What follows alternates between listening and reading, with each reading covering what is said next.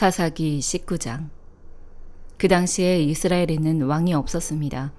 한 레위 사람이 에브라임 산간지대 외딴 곳에서 살고 있었습니다.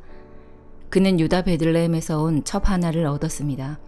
그러나 그의 첩은 그에게 나쁜 일을 하고는 그를 떠나 유다 베들레헴에 있는 자기 아버지의 집으로 가버렸습니다. 그녀가 그곳에 가 있은 지 4개월이 됐습니다. 그녀의 남편이 그의 하인과 함께 당나귀 2마리를 끌고 그녀를 찾아가서 돌아오라고 설득했습니다. 그 여인이 그를 자기 아버지의 집으로 데려오자 그녀의 아버지는 그를 보고 반갑게 맞이했습니다. 그의 장인 곧 그 젊은 여자의 아버지가 그를 붙잡아서 그는 그와 함께 3일을 지냈습니다. 그들은 먹고 마시고 그곳에서 머물렀습니다. 4일째 되는 날 그들은 아침 일찍 일어났고 그는 떠날 준비를 했습니다. 그러나 그 젊은 여자의 아버지가 그의 사위에게 말했습니다.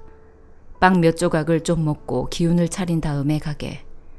그리하여 그 2사람은 함께 앉아 먹고 마셨습니다. 그 젊은 여자의 아버지가 그 사람에게 말했습니다. 부디 오늘 밤 머물며 즐겁게 지내게. 그 사람이 떠나려고 일어나자 그의 장인이 그를 붙잡아서 그는 하룻밤을 그곳에서 더 머물게 됐습니다. 5일째 되는 날 그가 가려고 아침 일찍 일어났습니다.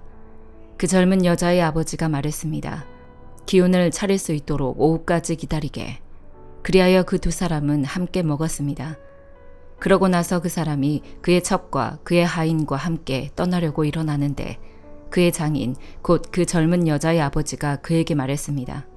자 보게나 저녁이 다 됐네. 부탁이네. 하룻밤 더 머무르게. 여기서 하룻밤 머물면서 즐겁게 지내게. 그리고 내일 아침 일찍 일어나 길을 떠나 너의 집으로 돌아가게. 그러나 그 사람은 하룻밤 더 머물지 않고 안장 얹은 나귀 2마리와 자기의 첩을 데리고 길을 떠나 여부스 곧 예루살렘을 향해 갔습니다. 그들이 여부스에 가까이 왔는데 날이 저물어 가자 하인이 그의 주인에게 말했습니다. 부탁입니다. 이 여부스 사람의 성읍에 가서 그곳에서 하룻밤을 머무르시지요. 종의 주인이 그에게 대답했습니다. 우리는 이스라엘 자손이 아닌 다른 민족의 성읍에는 들어가지 않는다. 우리는 계속해서 기브아로 갈 것이다. 그가 자기의 하인에게 말했습니다. 기브아나 라마까지 가서 그들 가운데 한 곳에서 머무르도록 하자. 그래서 그들은 가던 길을 계속 가서 해질 무렵에 베냐민에 속한 기브아 부근에 이르렀습니다. 그들은 기브아에 가서 하룻밤을 머물기 위해 그곳에서 길을 돌렸습니다. 그들이 가서 그 성읍의 광장에 앉아 있었지만 자기 집에서 하룻밤 재워줄 사람은 하나도 없었습니다. 저녁이 돼 한 노인이 일을 끝내고 들판에서 돌아오고 있었습니다. 그 사람은 에브라임 산간지대 출신으로 기브아에 살고 있는 사람이었습니다. 그곳 사람들은 베냐민 사람들이었습니다. 그가 성읍의 광장에 여행객이 있는 것을 보았습니다. 그 노인이 말했습니다. 어디로 가는 길이요? 어디에서 왔소? 레위 사람이 그에게 말했습니다. 우리는 유다의 베들레헴에서 와서 에브라임 산간지대 외딴 곳으로 가는 길입니다. 제가 그곳 출신입니다. 유다의 베들레헴에 들렀다가 여호와의 집으로 가는 중입니다. 그런데 저를 광장에서 자기 집으로 데려가려는 사람이 아무도 없습니다. 우리는 나귀를 먹일 집과 여물이 있을 뿐 아니라 당신의 종과 당신의 하녀와 우리의 하인이 먹을 빵과 포도주도 있습니다. 우리에게 부족한 것은 아무것도 없습니다. 노인이 말했습니다. 당신이 편안하기를 바라오. 그러나 당신이 필요한 것은 내가 책임지겠소.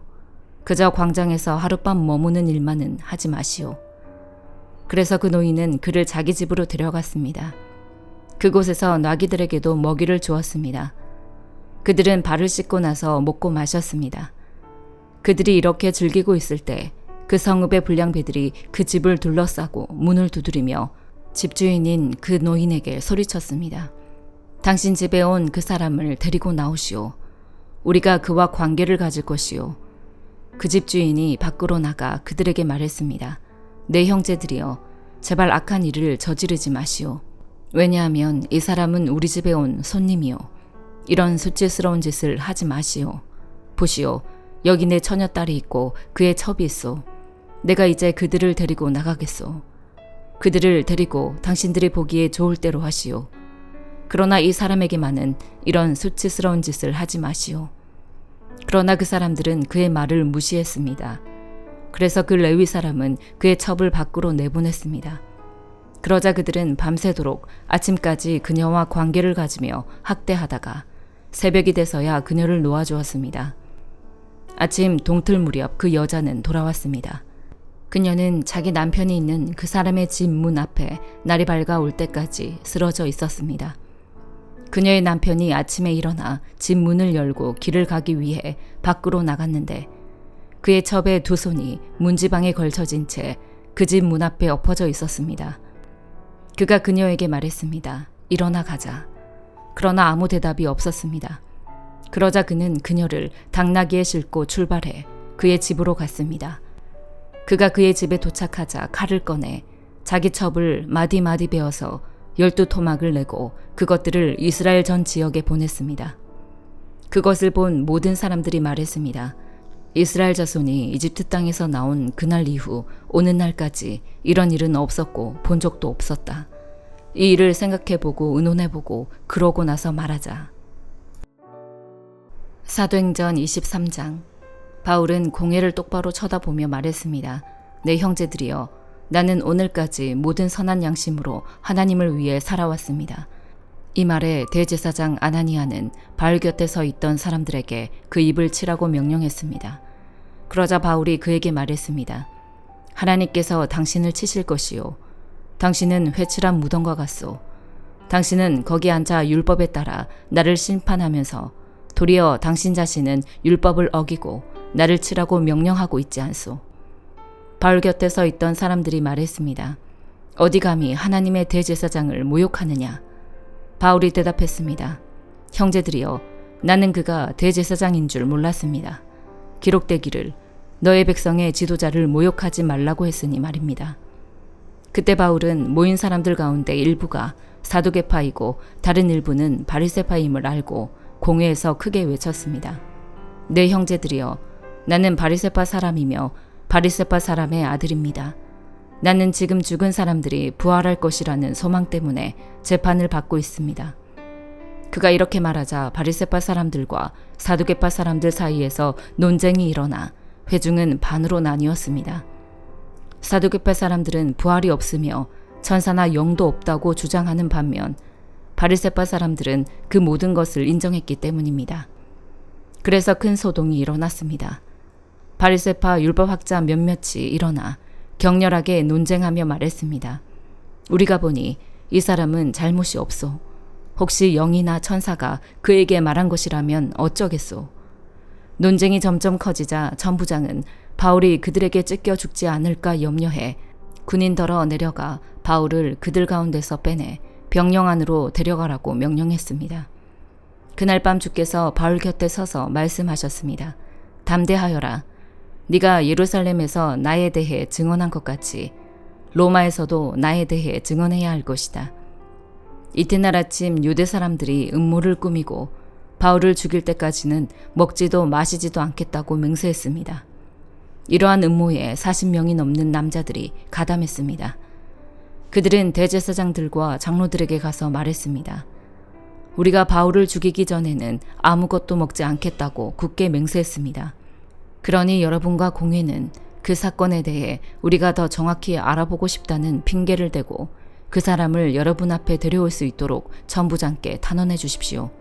그가 이곳에 도착하기 전에 죽일 수 있도록 준비해 두었습니다.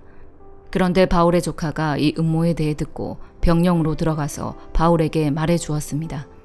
그러자 바울은 백부장 한 사람을 불러 말했습니다. 이 청년을 천부장께 데려다 주시오. 천부장께 전할 말이 있답니다. 그래서 그는 청년을 천부장께 데려다 주었습니다. 백부장이 말했습니다. 제수 바울이 저를 불러 이 청년을 천부장님께 데려다 주라고 부탁했습니다. 이 사람이 천부장님께 전할 말이 있답니다. 천부장은 청년의 손을 잡고 한쪽으로 데려가서 물었습니다. 네가 전하려는 말이 무엇이냐? 그 청년이 말했습니다. 유대 사람들이 바울에 대해 더 정확하게 알아보고 싶다는 핑계로 내일 공회에 그를 데리고 나오도록 천부장님께 부탁하자고 합의했습니다. 그들의 말을 들어주시면 안 됩니다. 40명이 넘는 사람들이 숨어서 바울을 기다리고 있습니다. 그들은 바울을 죽이기 전까지는 먹지도 마시지도 않겠다고 맹세한 사람들입니다. 천부장은 청년을 보내면서 내게 이렇게 보고했다고 아무에게도 말하지 마라 하고 당부했습니다. 그러고 나서 천부장은 백부장 2명을 불러 명령했습니다. 보병 200명, 마병 70명, 창을 쓰는 병사 200명을 파견대로 무장시켜 오늘 밤 9시에 가이사랴로 떠날 준비를 하라. 또 바울을 벨릭스 총독에게 안전하게 호송할 수 있도록 그를 태울 짐승도 마련하라. 그러고 나서 천부장은 이렇게 편지를 썼습니다. 클라우디오 루시아가 벨릭스 총독 각하께 문안드립니다. 이 사람은 유대 사람들에게 붙잡혀 거의 죽을 뻔했습니다. 그러나 그가 로마 시민임을 알고 제가 군대를 동원해 그를 구해냈습니다. 그들이 왜 이 사람을 고소하는지 알고 싶어서 유대 사람의 공회에 데려가 보았습니다. 그런데 알고 보니 그 고소는 그들의 율법에 관한 문제였지 사형이나 징역에 해당되는 죄목은 없었습니다. 이 사람을 반대하는 음모가 진행되고 있다는 보고를 듣고 바로 각하께 이 사람을 보냅니다. 고소인들에게는 그에 대한 사건을 각하께 상정하라고 명령해 두었습니다. 그리하여 군인들은 그 명령을 수행해 밤중에 바울을 데리고 안디바드리까지 갔습니다. 이튿날 그들은 마병에게 바울을 호송하게 하고 자기들은 병영으로 돌아갔습니다.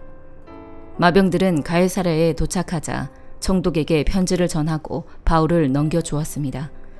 총독은 편지를 읽어본 뒤 그에게 어느 지방 출신이냐고 물었습니다. 길리기아 출신임을 알게 된 총독은 바울에게 말했습니다. 너를 고소하는 사람들이 이곳에 도착하는 대로 네 변명을 듣도록 하겠다. 그러고 나서 그는 바울을 헤롯의 관저에 가둬 지키라고 명령했습니다. 예레미야 33장. 예레미야가 아직 경호대 뜰에 갇혀 있을 때 또다시 여호와의 말씀이 예레미야에게 임해 말씀하셨습니다. 땅을 만든 여호와, 땅을 형성하고 세운 여호와, 그 이름이 여호와라 하는 이가 이렇게 말한다. 내게 부르짖어라.